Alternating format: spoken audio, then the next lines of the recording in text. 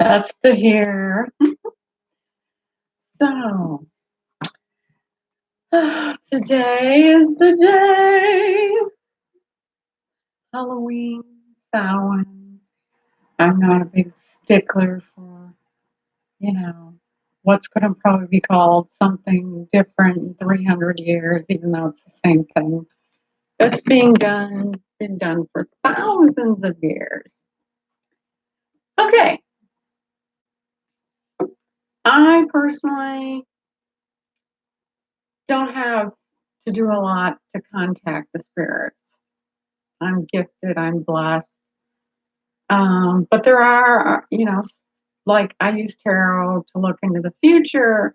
Some people need a bridge to contact their ancestors, the spirits. I don't know. Like I said, I'm not one for labels. This human ego, this human shell, very rigid and wants structure. Okay, so today also, it's not just a day for contacting the dead. It's also about setting our intentions for the next year and showing respect for those that have come before us and have made sacrifices.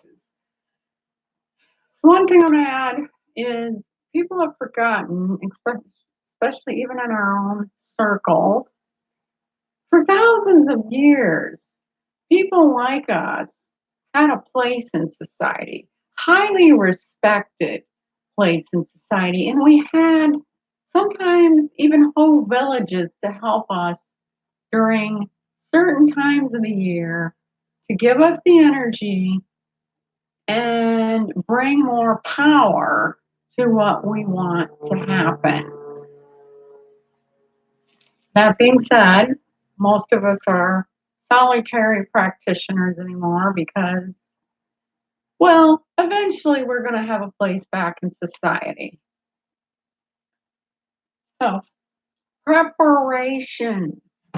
Believe it or not, I spent hours preparing for this video.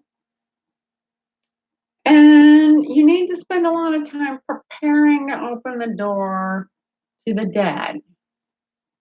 Because only a fool isn't afraid, but you can't be ruled by fear. But when you open that door, you're opening a door for all kinds of different enities, some good, some not good, some that don't have the best intentions. You don't want them. You don't want to get possessed. So you have to spend up to a month. You really should spend a month. And that's another thing. I always do a lot of preparation physically. I cleanse my body. I meditate. I get a shield around me. Sometimes our ancestors would spend a week, fasting, cleansing themselves before they would do anything. Hair. So, a black mirror. Now, I bought this from a fellow priestess, demi-goddess, who prepared it for me. And then I set it under the full moon. And then I cleansed it again. And I keep it covered with a purple cloth when I'm not using it.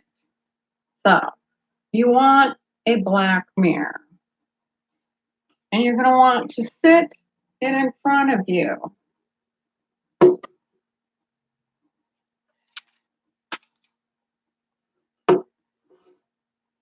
Now, I prefer a red candle or a white candle because I don't want to open the doors for the wrong energy to come through. Now, some people use the black candle. That's fine if you're comfortable with that.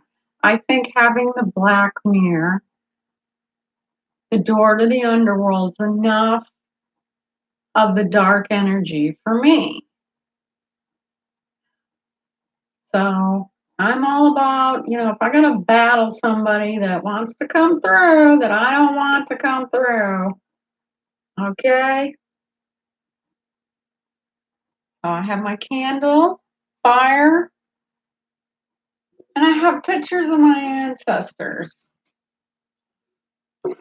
These were my great great ancestors that came from Germany, and they were blacksmiths. So the steel, great great. And this was my great grandfather who started a knife shop in New York, and he went around the country selling his handmade knives. And this is my namesake, one of my names, great aunt.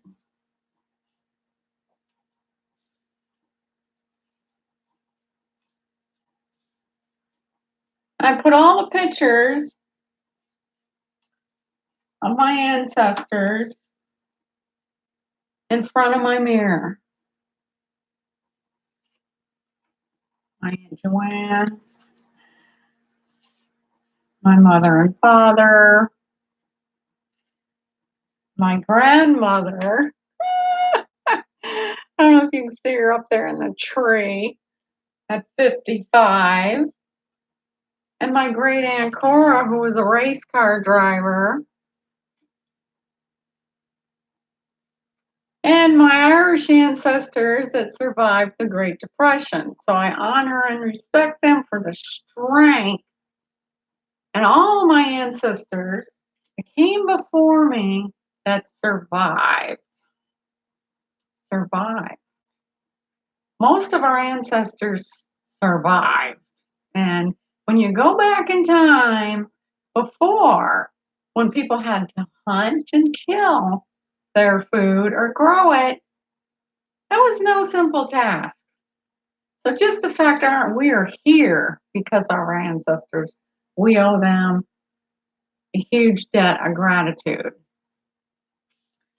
So now today is also, for some of us, about setting our intentions.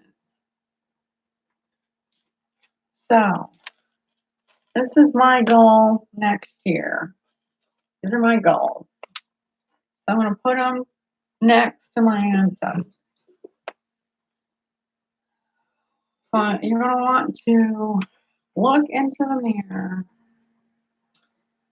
and I call upon my ancestors to make themselves known.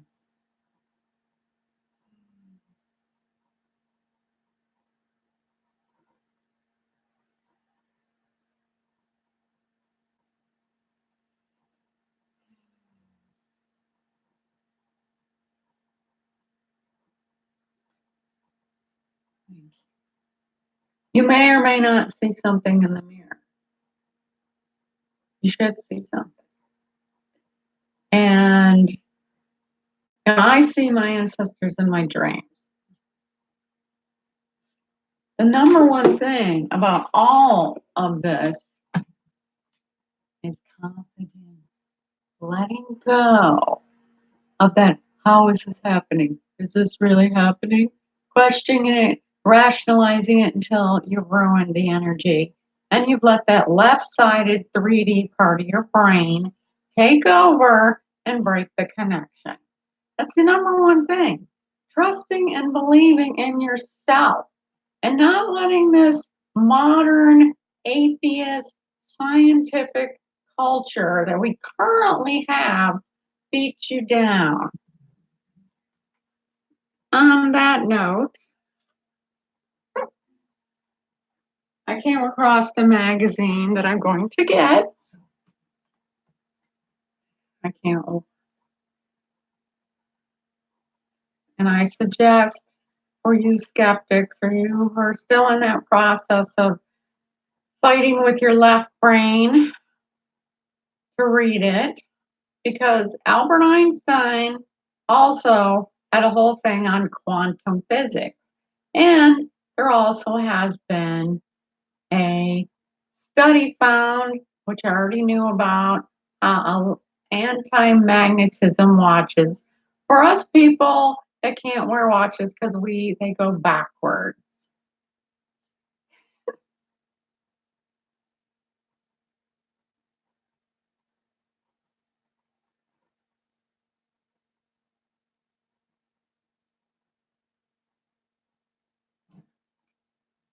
Science and the Supernatural by National Geographic. Read it.